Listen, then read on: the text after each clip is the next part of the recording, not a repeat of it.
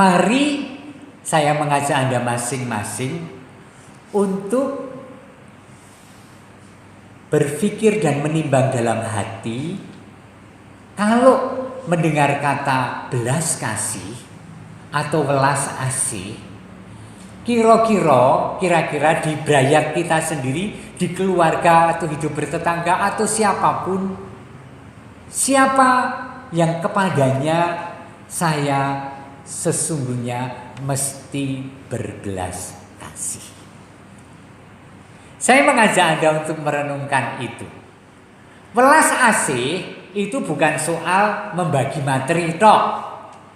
Tetapi welas asih itu misalnya soal menyapa.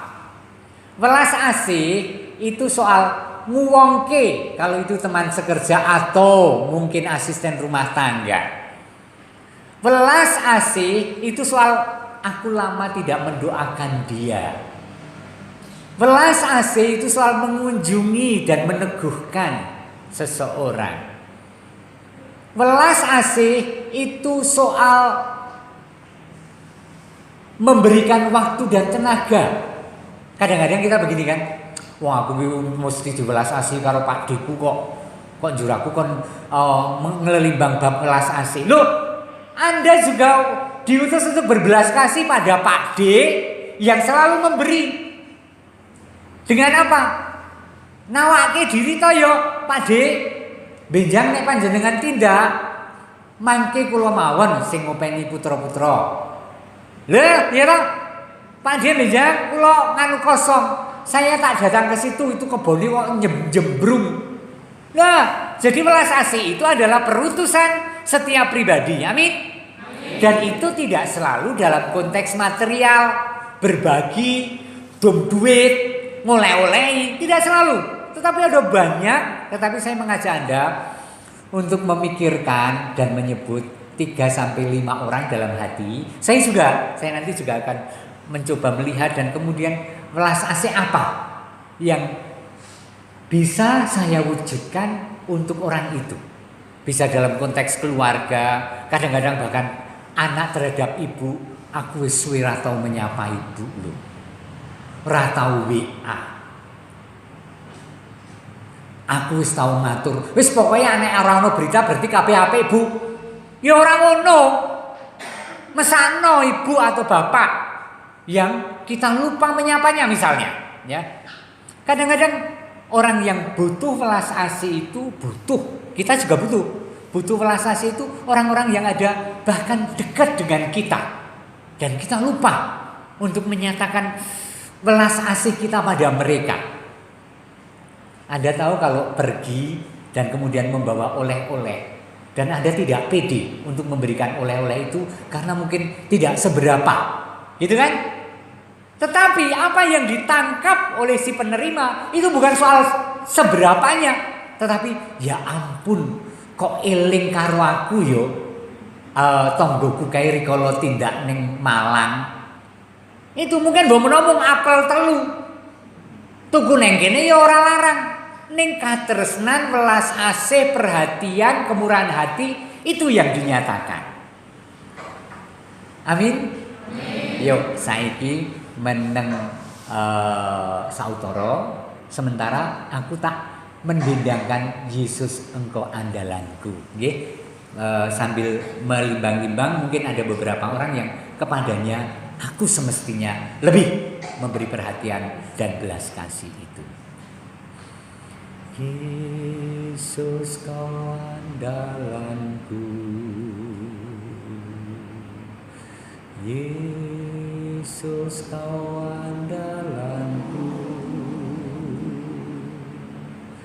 Yesus kau andalanku, engkau andalanku sepanjang hidupku. Terima kasih. Saudari-saudara, sudah menemukan? Sudah belum? Sudah ya, saya juga menemukan. Nah, saudari-saudara, kalau saya mau mengembangkan belas kasih kepada sesama, jane opo to dasari? Dasari cetha, ya kuwi Paskah. Pasca kita mengalami Allah yang memberikan belas kasihnya yang total, tidak berpusat pada diri Allah sendiri, tetapi pure 100%. Anaknya yang terkasih, firman-Nya yang menjadi manusia, dikorbankan untuk membayar lunas dosa. Itu Paskah. Dan saya mengalami Paskah. Anda mengalami? Katakan, saya mengalami Paskah. Yang keras, yuk. Saya mengalami Paskah. Lagi, saya mengalami Paskah. Saya telah melihat Tuhan. Yuk. Saya telah melihat Tuhan. Saya telah melihat Tuhan. Amin. Saya juga melihat Tuhan.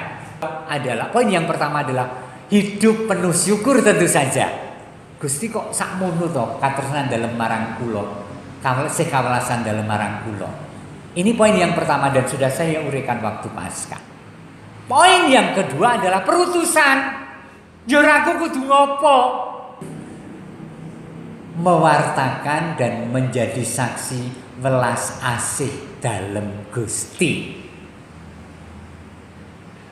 Menjadi saksi dan mewartakan bahwa Tuhan kita itu adalah Tuhan yang penuh belas kasih. Tuhan sing tansah mesakake marang nasibe aku panjenengan kabeh. Maka saya tadi mengajak Anda untuk mencoba melihat dan menyebut nama-nama siapa dan kepadanya aku diutus untuk berbelas kasih. Aku kudu welas asih. Wujude werna-werna welas asih kuwi wis tak aturke marang panjenengan semua. Nah, saya membawa buku Evangelii Gaudium, rasa dieling-eling. Tegese sukacita Injil.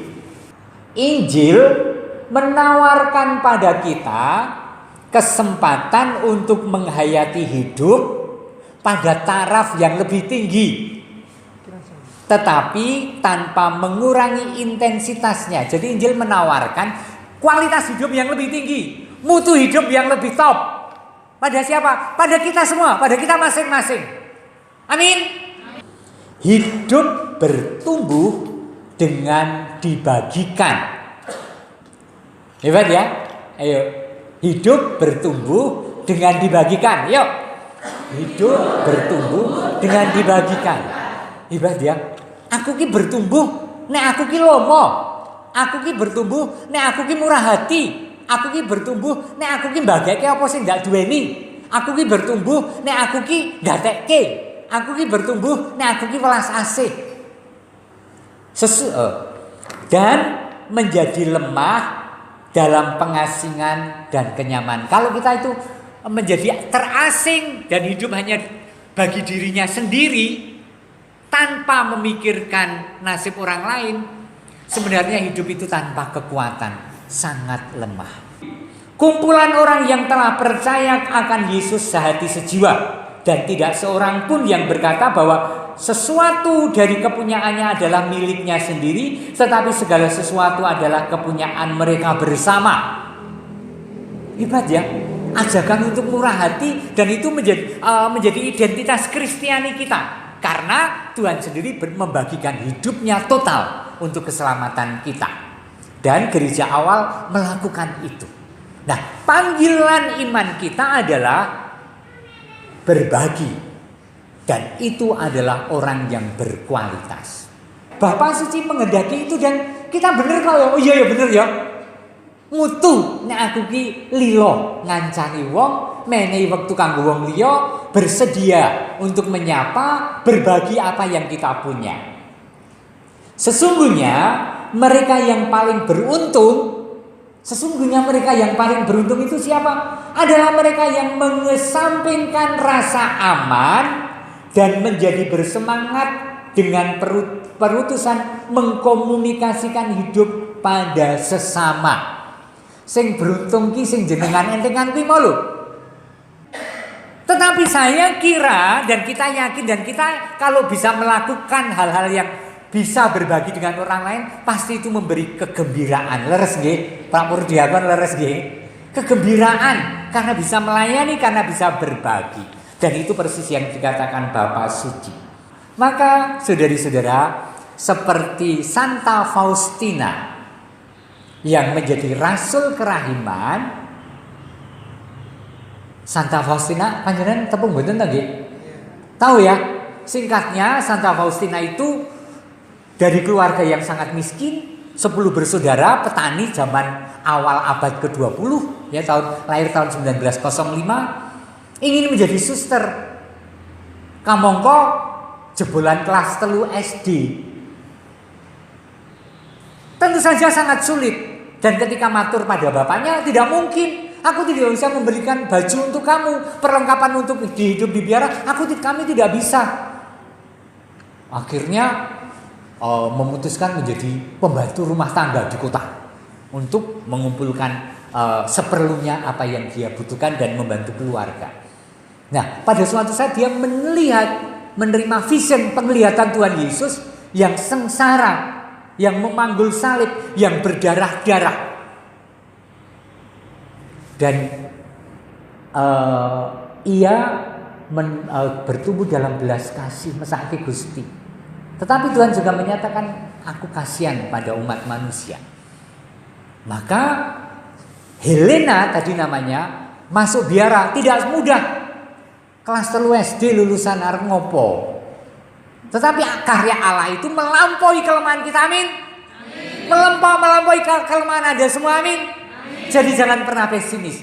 Helena kemudian diterima di satu susteran, tetapi hanya karena tidak lulus SD. Ya tugase ya mung bukake pintu nek ana tamu, ngepel lan nyapu, masak ning dapur. Tetapi baginya dan bagi kita semua, setiap pekerjaan adalah mulia. Setiap pekerjaan adalah berharga. Nah, kemudian dia melihat vision demi vision dan dialog dengan Tuhan Yesus itu dicatat dalam buku hariannya. Dan buku harian itu dibaca banyak orang. Ada yang punya buku harian Santa Faustina? Nggak ada ya? Oh, oke. Di Canisius sih ada. Tetapi saya membelinya ini di biara Santa Faustina di Polandia 2 tahun lalu.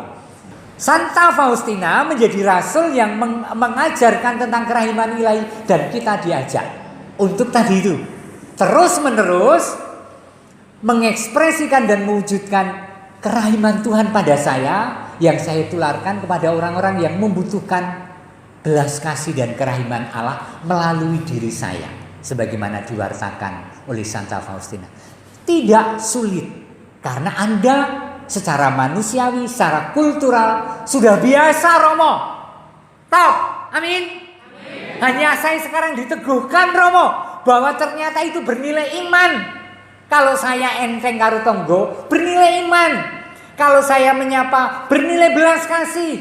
Kalau saya membawa sesuatu yang saya masak dan lebih saya berikan kepada orang lain, bernilai kepercayaan pada Tuhan. Poin. Yesus kau andalanku, Yesus kau andalanku, Yesus kau andalanku, Engkau andalanku sepanjang hidup.